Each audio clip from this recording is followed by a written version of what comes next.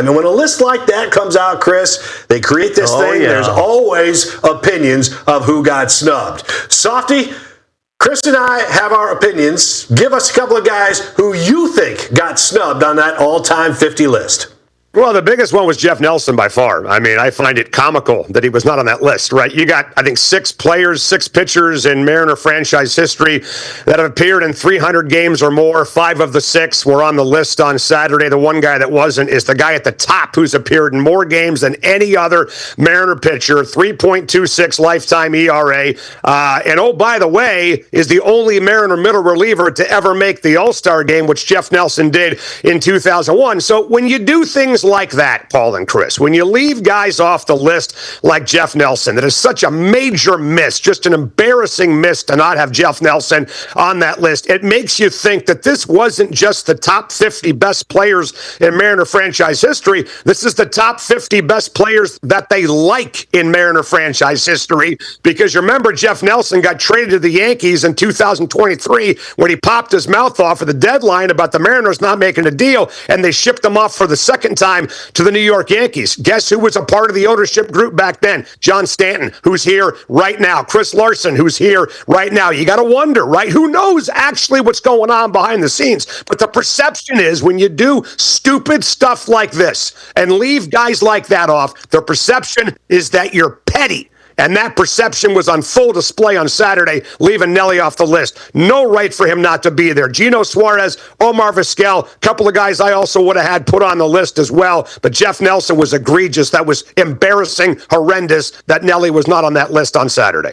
Yeah, Softy, I also have Mike Zunino on that list of possible players that got snubbed. Great moments when you look back at the weekend. Lou Piniella coming out, standing ovation. Rick Riz heading to the Mariners Hall of Fame. That was a slam dunk. And Alex Rodriguez, A-Rod, getting a standing O, 91% according to my sources, approval rating. What'd you think about A-Rod coming back to Seattle?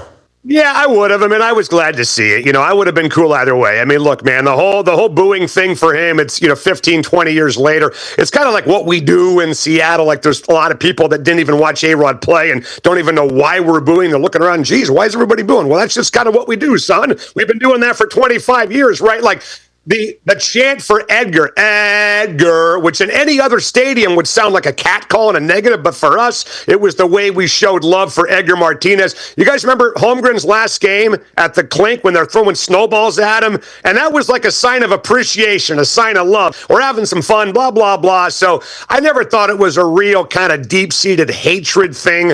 I just think it became our deal, but I was, I'll admit it, glad to see the fans give the guy the respect he deserves on Saturday, for sure.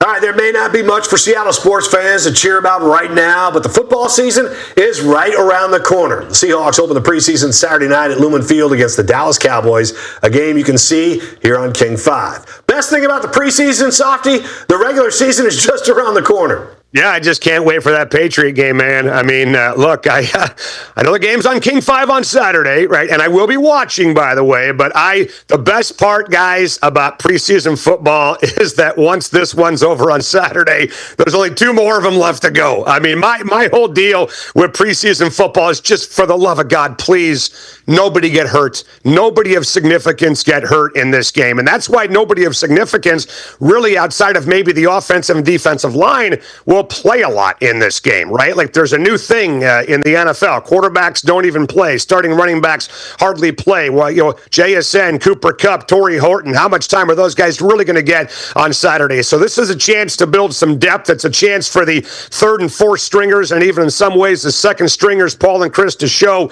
what they can do. But I think the NFL is slowly but surely showing you how important the preseason is to them. I think in our lifetime we might see 2, if not 1 preseason game every year for every NFL football team. So number one thing for me is just get through this thing healthy on Saturday. That's it. All right, Softy, in about 10 minutes, we're talking with the director of HBO Hard Knocks. We haven't actually had a chance to talk to you about the first episode of Hard Knocks. It aired last Tuesday. What were your impressions of episode 1? Yeah, I thought it was awesome. Thought it was a great marketing tool for the team, no doubt about it, right? Great insight, really well produced, as those shows always are. I thought maybe the funniest part of the entire show was Adam Durde tattletaling on Brady Russell for going after Derek Hall. I mean, Mike McDonald had no idea what happened, and then here comes the defensive coordinator saying, hey, it wasn't my guy, man. Blame the offensive dude, man. So I thought that was really cool. Cooper Kupp teaching Mike McDonald something about a formation the Rams were running last year, giving him the fist pump in his office was awesome, man. But no, it's a really cool show. I got to be honest with you. I'm not a gigantic fan of Hard Knocks over the years. Not that I don't like it. I just have never really gotten into it, But now that it's the Seahawks, me and my wife, everybody's watching intently. So I thought it was really well done. Can't wait for episode 2. All right, we take a closer look at the team, Softy. We know John Schneider always has an ear to the ground when it comes to bringing in talent. According to reports, the Seahawks brought in cornerback Terrion Arnold for a visit. Now, Arnold was arrested on 8 felony accounts related to kidnapping, a case in Florida. Now, the Lions released the former 2024 first-round pick as soon as he was arrested. Does it surprise you at all the team is interested in Arnold? Yeah, a little bit. I mean, you guys remember the Frank Clark situation where John Schneider famously was quoted, if we thought a player put his hands on a woman, he wouldn't be here. And there were all those reports about what happened with Frank Clark in Ohio, and they drafted him anyway. Frank turned out to be a great Seahawk, and I think he's put all that stuff to bed, to be honest with you. So I'm not looking to, disparage Frank here. But I am a little bit surprised considering what he's facing. The guy's facing, 8 felony charges, potential life in prison, for crying out loud. Some of the details are ghastly, that he ordered a beating and then sat home and watched it on a live stream. That's got like some serious Mobland vibes there, man, from that great TV show that we're all watching. So I will just say this, Paul, there's a major difference between bringing a guy in for a look-see and actually signing him, right? So I think if there is any criticism, if there are people that are up in arms about this, let's just reserve that until we see if they sign him or not, and then let's even more so reserve it until we find out what the courts say and what actually did happen, because the charges look terrible on paper, obviously. How much of them are true? How much of them will he be convicted of? Well, I got to tell you, if he's convicted of any of them, he won't be playing football for anybody, let alone the Seahawks. So I think the Seahawks are just looking to get in line if this guy gets cleared, which I think is a smart move for now.